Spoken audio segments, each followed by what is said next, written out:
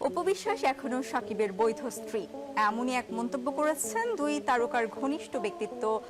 আমি এখনো সাকিবের বৈধ স্ত্রী, এমনই একটি বক্তব্য দিয়েছেন অপু বিশ্বাস। কেউ আলাদা করতে পারবে না আমাদের। বাংলা চলচ্চিত্রের জগতে আবারও সরগরম অপু বিশ্বাস মুখ খুললেন সাকিব খানকে ঘিরে সবচেয়ে বড় সত্য নিয়ে।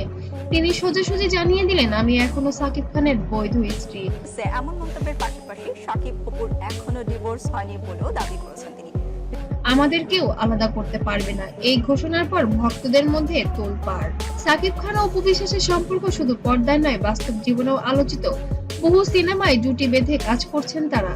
এই সময় দুজনের প্রেম, বিয়ে এবং পুত্র জয় সবকিছুই ভক্তদের মনে জায়গা করে নিয়েছিল, কিন্তু এরপর শুরু হয় নানান ভুল বোঝাবুঝি। অপু বিশ্বাস এবার মুখ খুললেন গণমাধ্যমে। তিনি বললেন, আইনগতভাবে আমি এখনো সাকিব খানের বৈধ স্ত্রী। আমাদের ছেলের স্বার্থে আমি সবসময় চাই শান্তিপূর্ণ জীবন, কিন্তু কেউ চাইলে আমাদের আলাদা করতে পারবে না। যাই হয়েছে হয়েছে, আমি তার অস্বীকার করছি না, আর অস্বীকার করতে পারবো না, বিকজ আই লাভ মাই সন।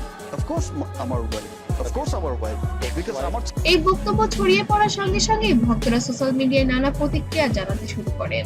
সাকিব খানের জীবনে বুবলির আগমন, তাদের ছেলে বীর, এসব নিয়েও সমালোচনাই হয়েছে বারবার।